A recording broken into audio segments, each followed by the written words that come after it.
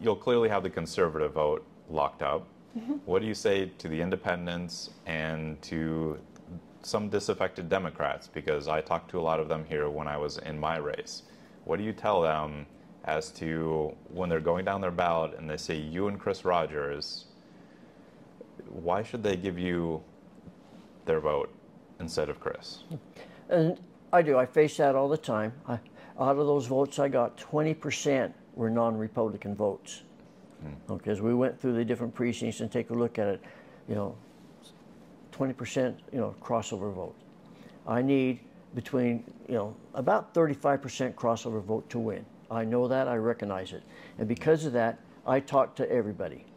I'm doing a large focus on Latino voters. I do a large focus on Democrat voters, where they're speaking to them, go all the different, if there's a public meeting, I'll go there. What I'm telling the people, though, is you have me someone that's going to stand up consistently for your rights, for transparency, and also for someone that's, suffering the same thing that you're suffering. I'm on a fixed income. I have a pension. That's what I have to live on, okay?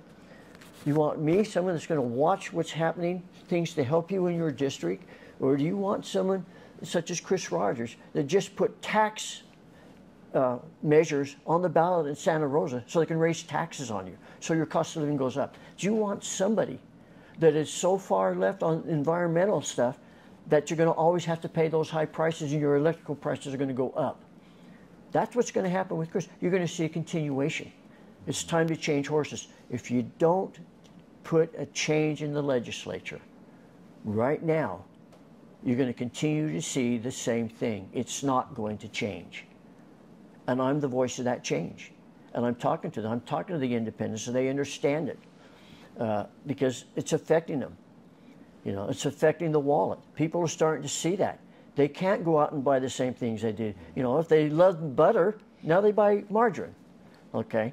And so you're really seeing a lot of that. Okay, I'm saying, I'm the one that's talking to your small businesses. How many businesses left because of Chris Rogers and their regulations in Santa Rosa? How many businesses are leaving California because of the same legislation that his party has in the legislature?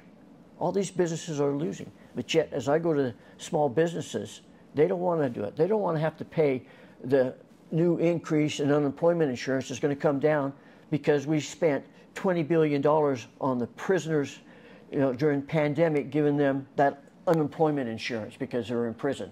Okay.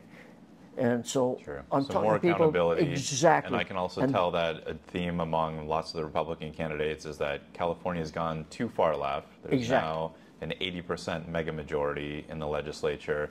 And even Joe Roubaix, who I interviewed last week, his campaign slogan is restoring balance to restore California. And yours is common sense. Yeah. Which it is, and it resonates. It resonates. There's no question that I'm going to win Trinity County. There's no question I'll win Del Norte County. There's no question, well, maybe a little bit of question on Humboldt County. So what do you say to the voting epicenter, which is Santa Rosa? Which is I'm going out there telling them the same thing right now. If you want things to stay the same, you want things to keep increasing, you go ahead and vote for Chris Rogers. If you want somebody to stand up for you and say, things need to change. We need to change education. We need safety. We need to fund the police. We need to find viable options for homelessness, for health care. We need to find these things.